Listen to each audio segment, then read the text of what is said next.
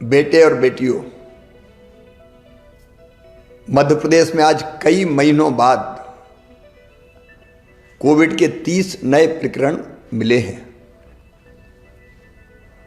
कल अपने पूरे देश में भी 7,495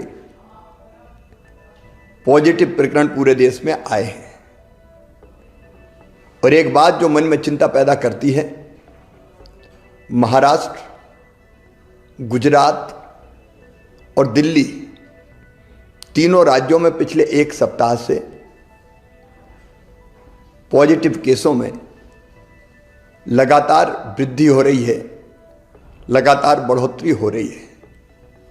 कल महाराष्ट्र में 1201, गुजरात में 91 और दिल्ली में 125 प्रकरण आए हैं।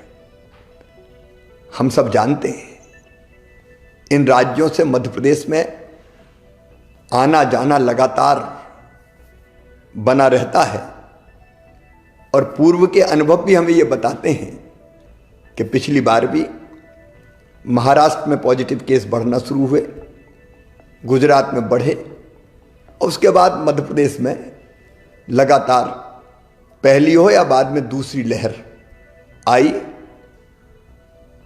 और दूसरी लहर में जो कष्ट हमने भुगते हैं वो हम कभी भूल नहीं सकते।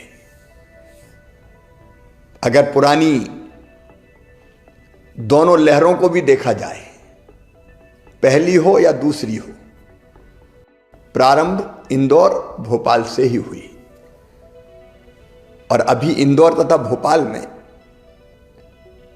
प्रकरण बढ़ के लगभग साप्ताहिक प्रकरण नवंबर महीने की तुलना में दिसंबर में 3 गुने हो गए हैं। कोरोना ने अपना स्वरूप बदला है और नया स्वरूप ओमिक्रॉन के रूप में देश के 16 राज्यों में आ चुका है।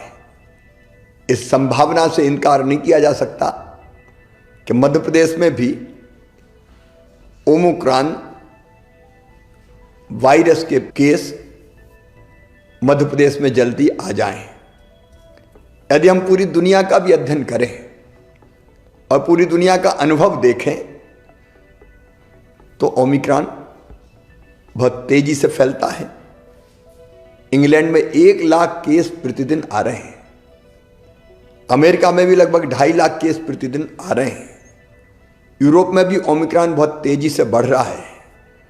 और उपरोक्त सभी कारणों को देखते हुए मुझे अंतर आत्मा से लगता है कि ये सही समय है जब हम सचेत हो जाएं, कोविड की तीसरी लहर को आने से रोकें, तेजी से संक्रमण ना फैले, इसके लिए हर आवश्यक उपाय करें।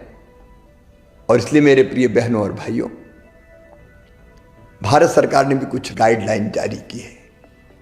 मेरी आपसे प्रार्थना है कि अब देर ना करें, मास्क जरूर लगाएं, सोशल डिस्टेंसिंग बनाएं, अनावश्यक भीड़ में ना जाएं, अनावश्यक जमावड़ा ना हो।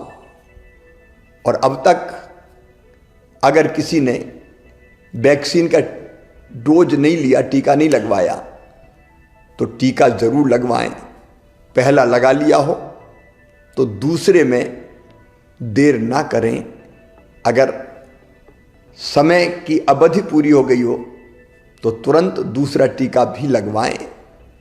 इसके साथ ही हमने पहले ही तय कर दिया था कि स्कूल में जो हमारे बच्चे हैं वो 50% की संख्या में ही जाएंगे ताकि वहाँ सोशल डिस्टेंसिंग बनी रह सके। हम आज एक फैसला और कर रहे हैं कि रात्रिकालीन कर्फ्यू रात 11 बजे से लेके सुबह 5 बजे तक लगा रहेगा। अगर आवश्यकता पड़ी तो कुछ और उपाय हम जरूर करेंगे। और हाँ, अगर कोविड का कोई पॉजिटिव केस आता है तो घर में अगर पर्याप्त स्थान है तो घर में उसको आइसोलेट करके इलाज करेंगे और नहीं तो हर हालत में उनको हमको अस्पताल में ही भर्ती कराना चाहिए ताकि परिजन वायरस के संक्रमण से बच सकें। सावधान रहना है, याद रखना सावधानी में ही सुरक्षा है। मेरी प्रार्थना है आप सब सहयोग करें ताकि तीसरी लहर के संकट से हम अपने प्रदेश को बचा पाएं और अपनी जनता की जिंदगी की सुरक्षा कर पाएं। ये आप सबके सहयोग से ही होगा।